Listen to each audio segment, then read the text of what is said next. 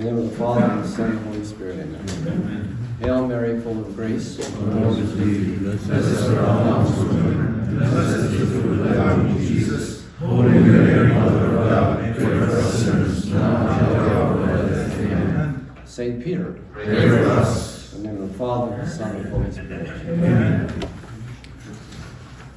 So I want to continue where we left off yesterday afternoon. We were talking about prayer. We're talking about purity of heart. We're talking about pure prayer. The whole point here is that prayer should be the center of our lives, and prayer should be the natural reaction to us as people of faith. Because, as I said yesterday, prayer is our attempt to be in the presence of God and to reach out to God.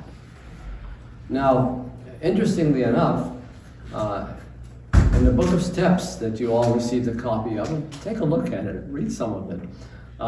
There's even a separate chapter or a separate memory on the 3 altars. And again, it's fascinating that this already appears so early in our Syriac tradition. We already saw Ephraim talking about the fact that we're temples of God, temples of the Trinity. The Book of Steps author says there are really 3 churches, or 3 altars.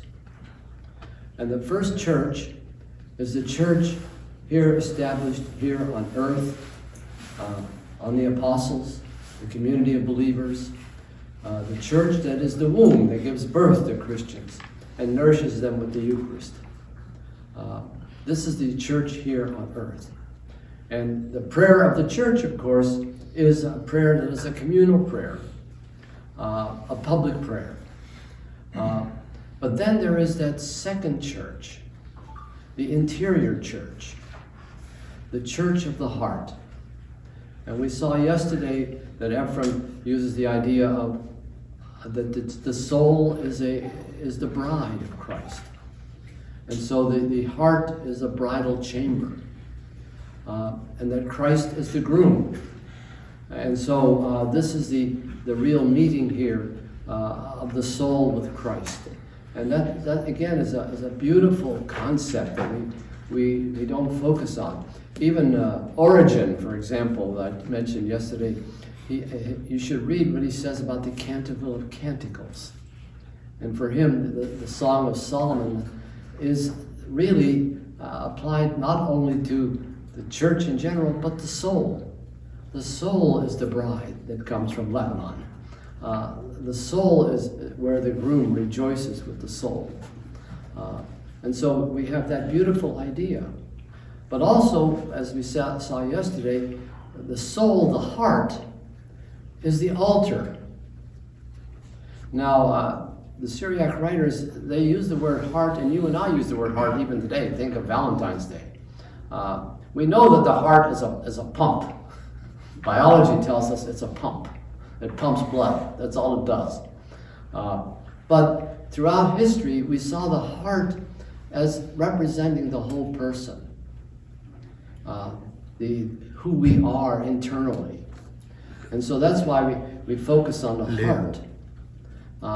And here the heart is the altar. And the prayer is our sacrifice. And we are the priest. Not just we as ordained priests, but every believer is a priest. And as I said yesterday, God sends his Spirit on our prayer, just as he sends the Spirit on the bread and wine. And so that is what takes place in the church of the heart. That's where prayer becomes, as I say, for the private person. That's where prayer becomes real. We talk about prayer being, the famous 4, adoration, thanksgiving, sorrow, and petition. Most of the time we focus on petition. But that's not what prayer is. Prayer is adoration. Adoration, not in the sense you're bowing before an oriental potentate, but adoration in awe of your lover, You know, we sometimes talk about a husband saying to his wife, "I adore you." It doesn't mean I adore you because you're the emperor and I'm the slave, or maybe in some cases. But it says, "I am in awe of you. I'm in awe of you. I'm in awe of this love and this presence." And thanksgiving is a natural thing, gratitude. You know, again, sometimes it pains me when some priests are having problems, or some priests have an attitude that there's no gratitude. From the day I was ordained till now, I wake up in the morning and say, maybe God made a mistake, but I'm glad he made the mistake, calling me to the priesthood. What an amazing idea. I was going to mention this afternoon when I close our retreat, but I'm always touched by that, consecration of the church liturgy, Maronite liturgy, where it describes perfectly what goes on in the prayer of the church.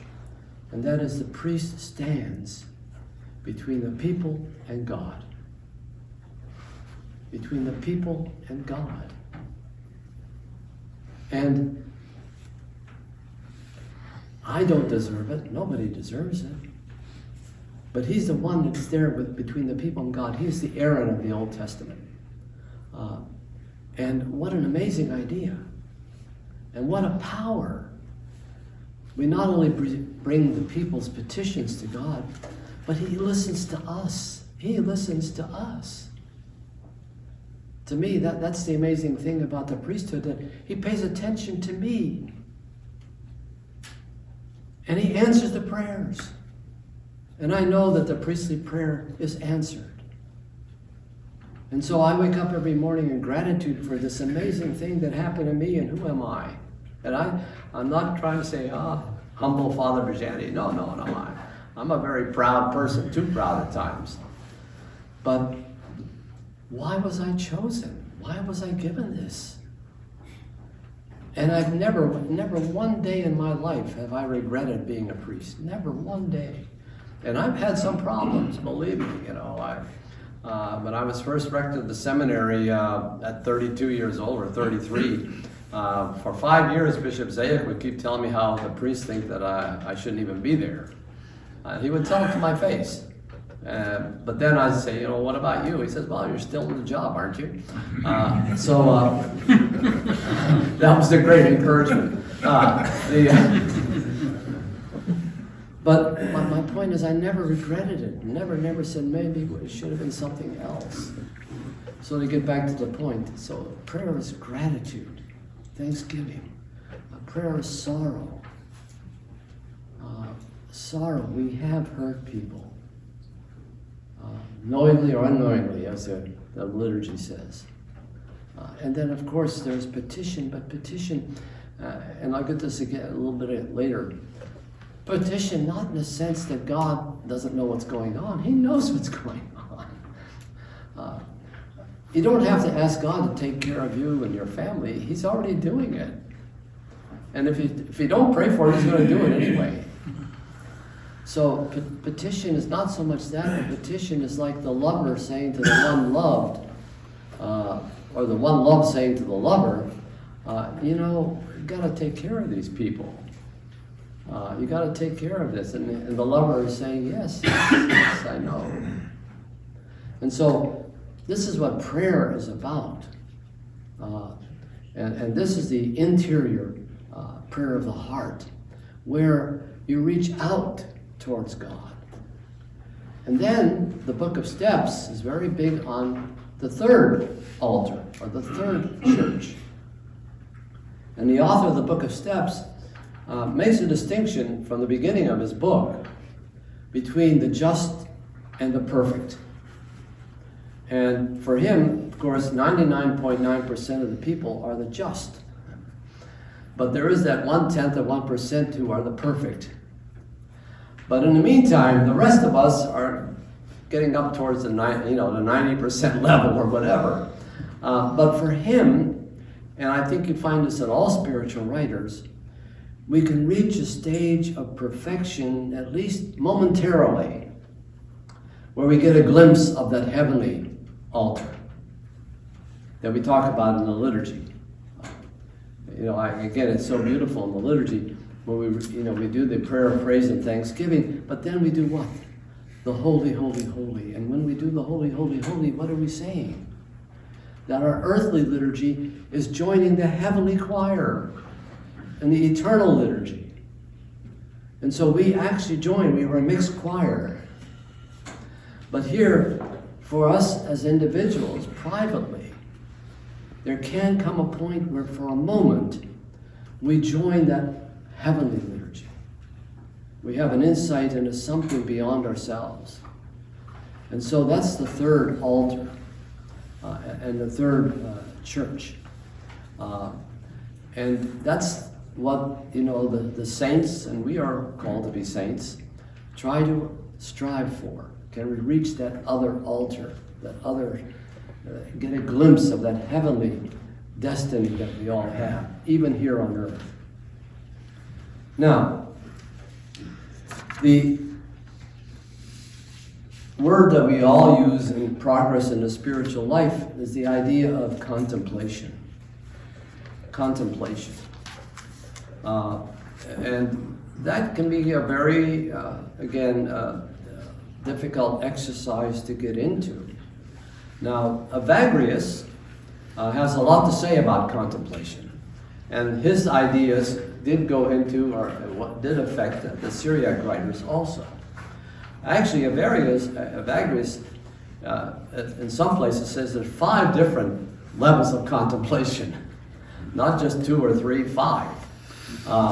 But the first 2 are God's judgment and God's providence. And so for him, everyone is called to do that. In other words, to understand why God does what he does. And that's a hard thing to do because we see a lot of evil in the world. We see all the things that go wrong in the world. And yet, we're called to see how God is working through all of this in the level of judgment. But especially in God's providence, and I'll talk about that a couple minutes later. But the whole idea that you and I believed the first time we read the Catechism, that God is the ground of everything, the foundation of everything, and that the universe would disappear without God. Or if God changes his mind, if I can use that anthropomorphic idea. So the whole idea that everything we are, everything that exists as we read in the Catechism, depends on God. And so what is God's plan, and how does God's plan work? And that's what he means by divine providence. But then he talks about contemplating created things, non-spiritual things, or non-rational beings, and rational beings and angelic spirits. So number 3 and 4 are contemplating material creation and contemplating spiritual creation. And then number 5 is contemplating God, the Trinity. And so he really is talking about 5 levels of contemplation. Now, in contemplating material things and also spiritual beings, we try to see how they exist in the mind of God.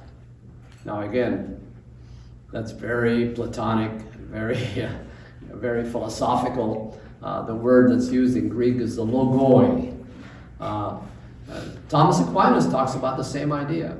If you studied the Summa, he talks about the divine ideas. In other words, that God, in creating the universe, had a blueprint. As you all know, he's just asking for engineers and architects. You can't build something without a blueprint. So the whole idea here is that whatever was in the mind of God becomes real.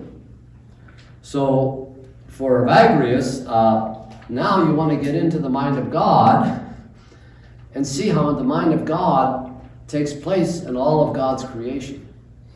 And so that's what he means by contemplating material things.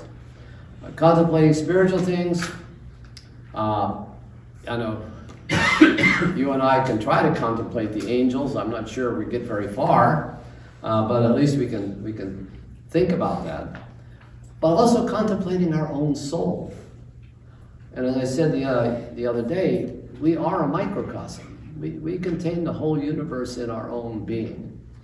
And so to contemplate the fact, that in our soul, in our being, as we said before, we're material and spiritual. It's an amazing thing. We're matter and spirit. And so this is what he's trying to say when he talks about contemplation. Some authors have said that most people didn't really get very far with all of this theory, with the exception of one area, and that is Scripture. That when they talk about contemplation, they talk about the fact that Scripture has an inner meaning, that God's revelation is within the role of Scripture itself. And so we see that in the early fathers even. The first fathers who wrote, gave exegesis on the Scriptures, they already talked about the richer sense, the fuller sense. And so it's one thing to look at the event, or the story, or the symbol you find in Scripture. Scripture is an amazing book, It has prose, it has poetry, it has history, it has laws, a lot of canon laws. It has, if you look at the book of Leviticus, it has all these different types of literature. And in all those literature in the Scriptures, you want to find what the kernel of revelation is. And again, it's fortunate that we have 73 books of the Bible, because they correct each other. And it's fortunate, believe it or not, that we have 4 Gospels.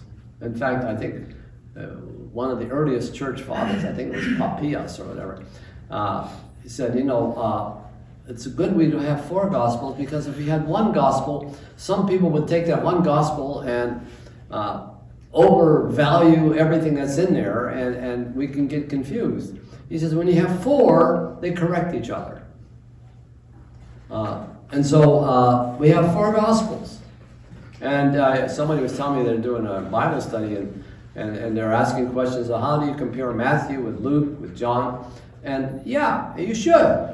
Sometimes you get a better insight when you look at the 4 instead of just the 1. But to get back to the point, Scripture is filled with God's plan. And I think it's John the Solitary who said that Scripture gives us God's plan, but not in big pictures, but in small things. And so you can take a chapter of a book of Scripture, and it might give you a very simple story, like Jesus with the parables. Think about it. We admire the parables of Jesus. And they're basic stories, they're basic ideas, But of course, they have a power within them, because they deal with paradox, But the point is, by reading that passage, you see something you didn't see before. If you get within the passage. And that's the whole value of meditating on Scripture. I was at the seminary, about 48 years in a row, and I preached every liturgy I was at the seminary. Every liturgy I ever did, I preached that. And I can tell you honestly, after 40-some years, I'll look at the gospel passage or the epistle, and I'll find something I didn't see there before. And why does that happen? Because my whole goal in trying to preach the Scriptures is to put myself in the shoes of what happened then. And treat the figures in the scriptures as human beings. And human beings, part of their culture, part of their background.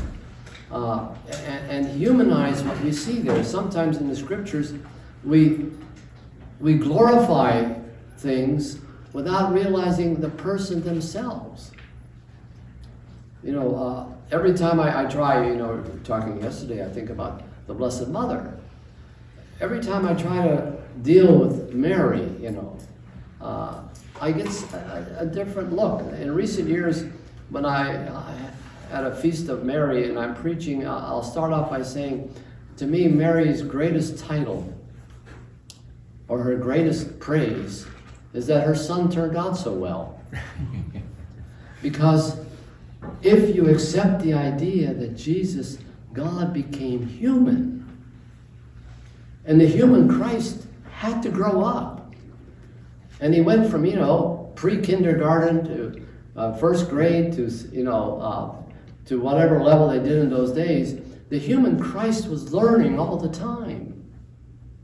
But who was his first teacher? His mother.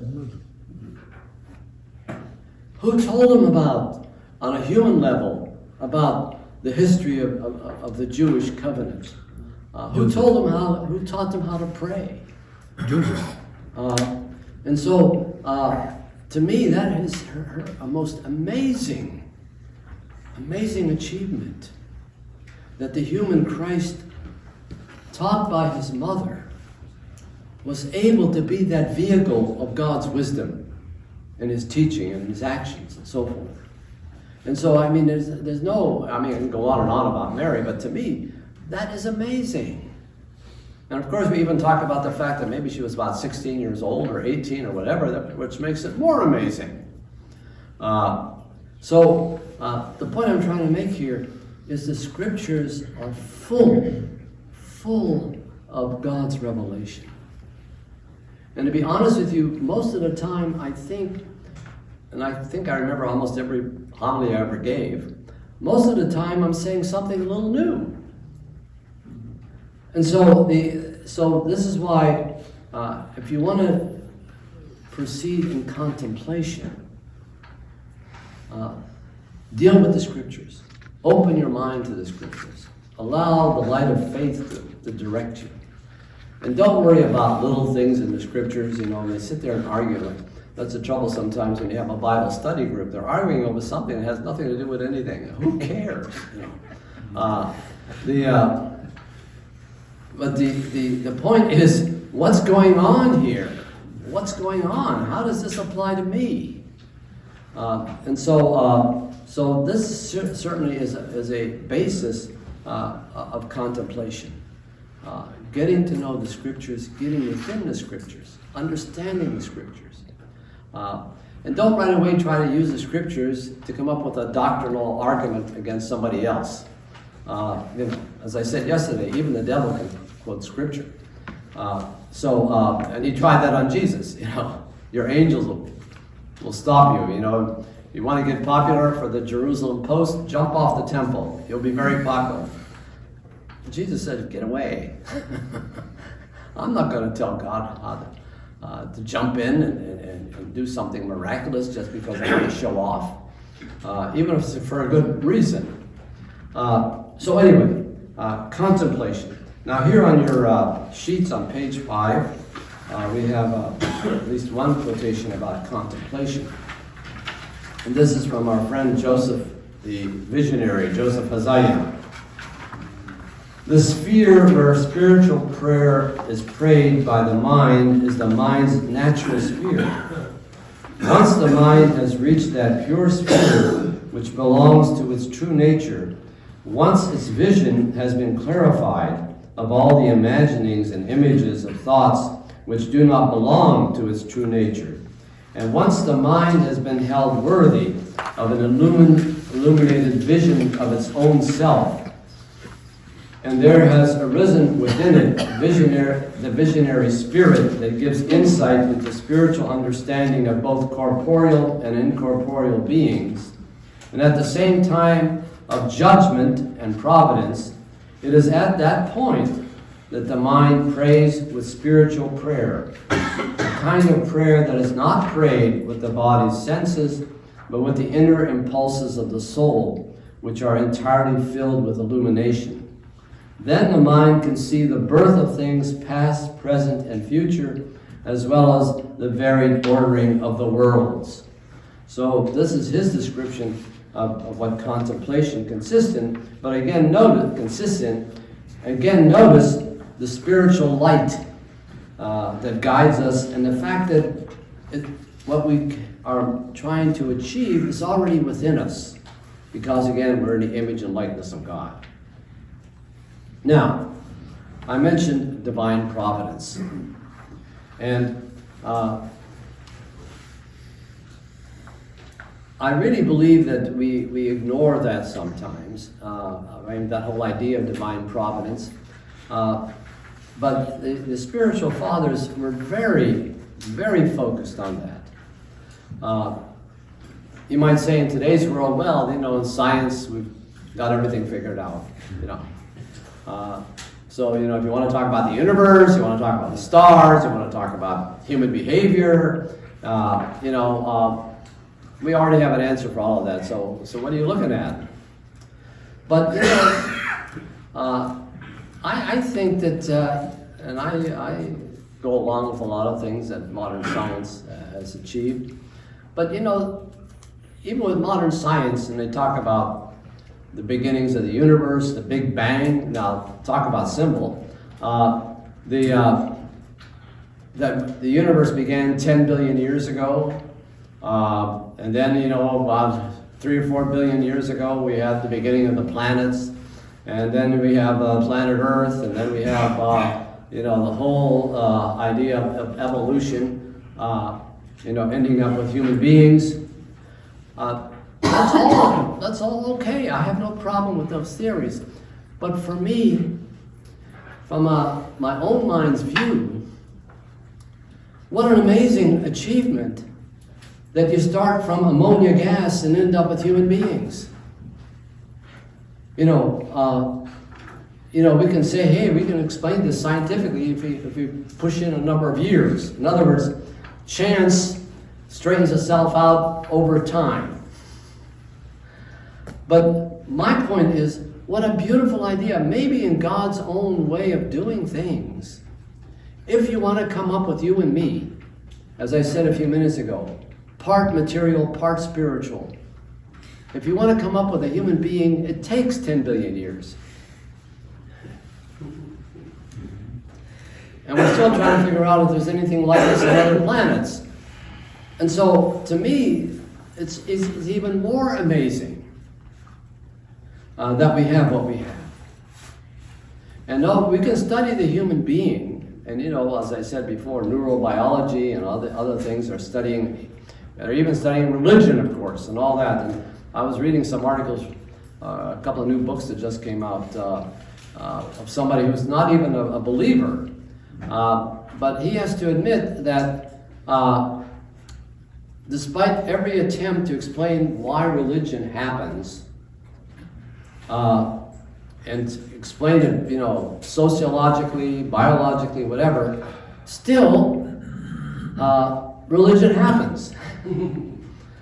And so the point here is that science, please bear with me for a minute, science can give us a lot of knowledge, a lot of understanding. But science, by its very nature, says, I cannot study what can't be empirically validated. Or I can't come with a certitude from something that I can't measure of one form or another. But there's a lot more to you and my experience than what is measurable. And so somebody might say, hey, that's a nice theory, but it's unscientific. Okay, it's not supposed to be. And so my point here is that the whole idea here is, can we not go beyond our rational knowledge, our scientific knowledge, to see a larger dimension? And so when I used to, again, deal with my undergrads, I tell them, when two people fall in love and one looks in the eyes of the other and says, I love you forever,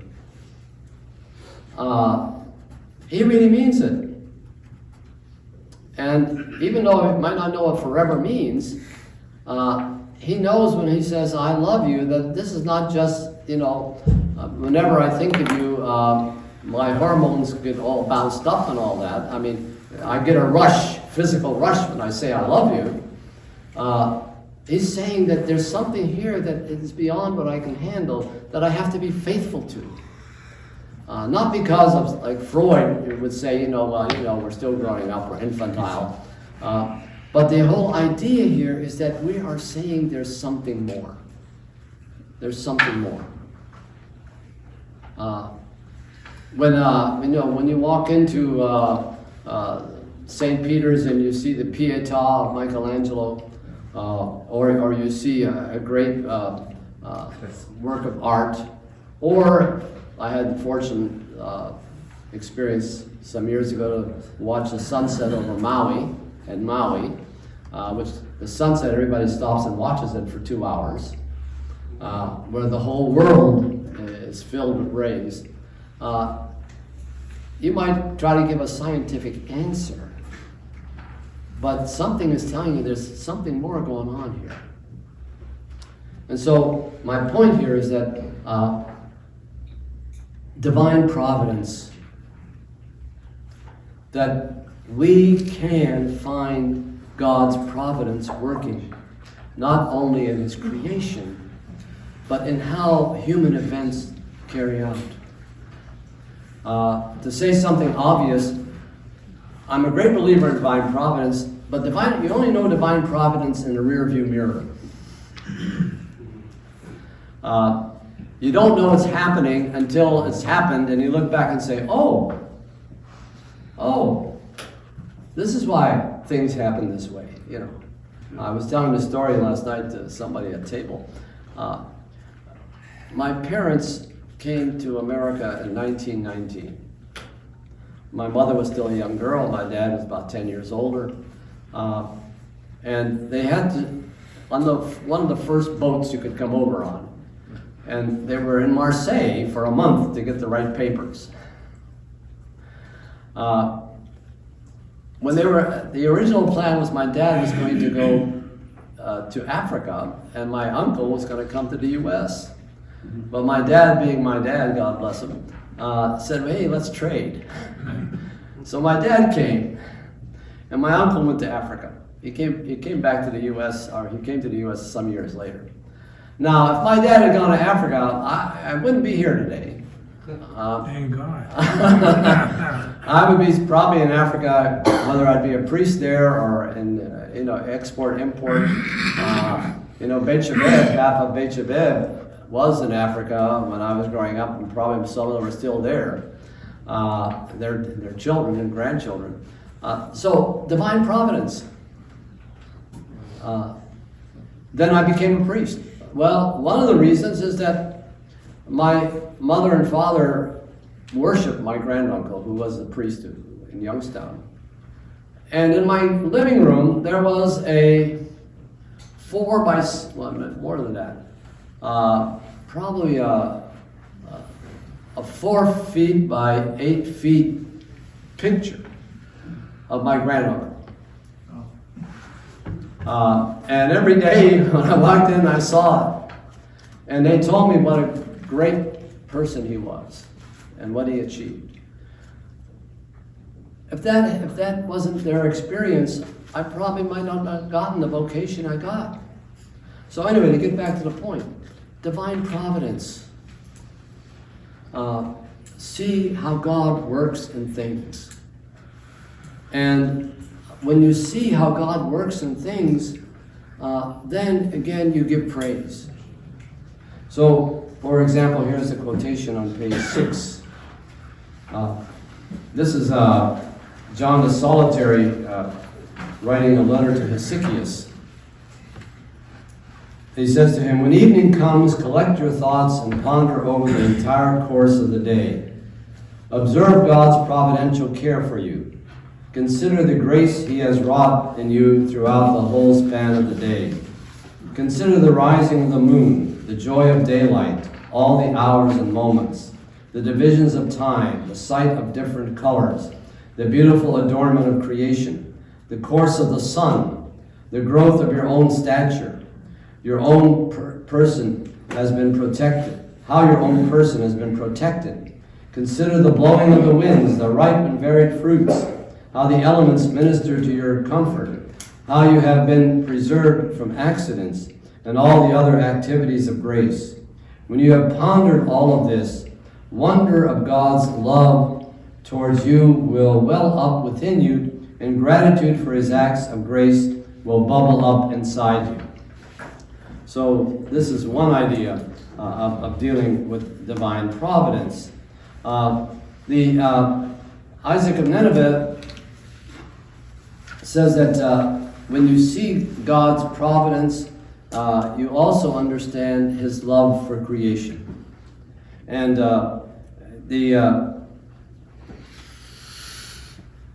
he says, you know, if you meditate long enough on God's providence, then it's your fault. You're living a difficult life if you don't understand how God cares for everyone. And God is trying to take care of you and guiding you and protecting you. And that if you reach that point when you see how God is sheltering you and helping you, then you don't even have to pray anymore because you know he's going to take care of you. And so this is one way of trying to approaching this idea. So, just want to make a couple of comments here before we end this morning's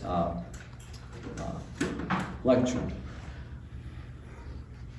In the spiritual life, if we're at that level of this is the second level, the level of being, contemplating pure prayer and so forth, there are certain things that we're called to be, and are certain conditions that we're called to experience. First of all, the Syriac fathers talk about simplicity. And we touched on this in a way before. That we are called to be simple. Keep it simple. Remember that thing some years ago, KISS, keep it simple, stupid. Keep things simple. The word they use in Syriac is ihidayuta, simpleness, singleness, being single, being simple, being uncomplicated. And that word ihidayuta can refer to three different kinds of ideas. First of all, you're a single person in the sense that you are not attached to anything else. And that can also call upon you to as you know, one of the main challenges in the early church and even now for perfection is to leave family, be single, be celibate, be unmarried, all these things, with the idea of that you don't want to have any attachments. However, even St. Ephrem points out that married people are the holy ones. He distinguishes between virgins and holy ones. For him, someone who is a member, a father, or a family, or whatever, this person can be a holy one. And however, even there, the married person, has to understand that he has a relationship that's calling him to be focused on Christ himself. And so this is one idea of the singleness. Secondly, ihidayuta means single-mindedness. In other words, don't be double-minded, as St. James says in his epistle.